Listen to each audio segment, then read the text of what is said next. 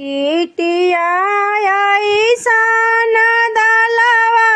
ससरतावे हो रे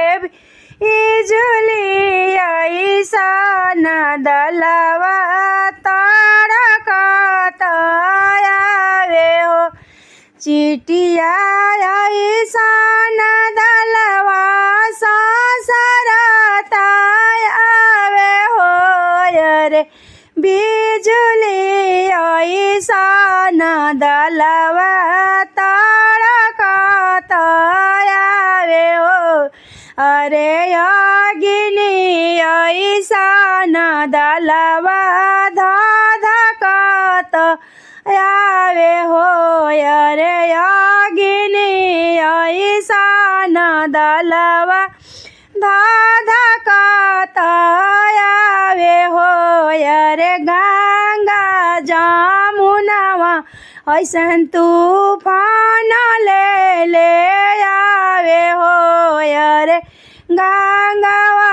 जमुनवा जैसन तूफान ले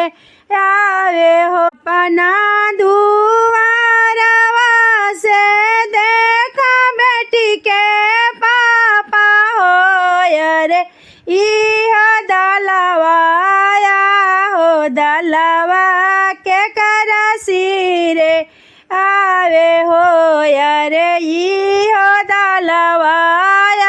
हो दलवा के करसिरे आवे हो। अपने दुआरवा से देखा बेटी के भैया हो रे आहो बहिनी हो दलवा के करसिरे आवे हो रे आहो बहिनी इह दलवा के करसिरे आवे हो। अपने रसोइया से बोला सुंदर बेटी हो रे इह दलवा हो दलवा तोहरा सिरे आवे हो रे इह दलवा हो दलवा आहो पापा तोहरा सिरे आवे हो। गैया से भैंसिया बेटी सब दे दियाली हो रे पसेरी के सोनावा बेटी तोहरा के दिहली हो रे 10 किलो चनिया बेटी तोहरा के दिहली हो रे तब नाही बुझलू बेटी पापा के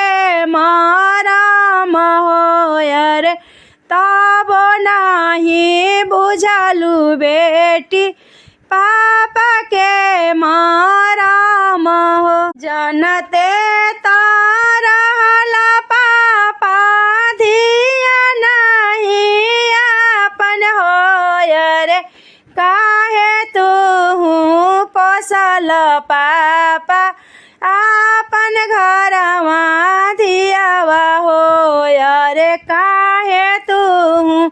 पोसल पापा यान के संपत। अपने रसोइया से बोला सुंदर बहिनी हो रे आहो भैया हो दलवा तोहरा सिरे आवे हो रे आहो भैया हो दलवा तोहरा सिरे आवे हो। हाथिया से घोड़वा बहिनी तो के दे दियाले हो रे चानी के छिपनिया बेटी उह दे दियाली हो रे पेट खाई छी पुनी या बहिनी उहता न दिहली हो अरे बेटा के कटोरावा बहिनी उहता न दिहली हो जनते तारल भैया बहिनी नाही आपन हो अरे काहे कैलया हो भैया आतना दुलार हो अरे काहे कैल हो भैया ये तना दुलार चिटिया ऐसन दलवा ससरत आवे हो अरे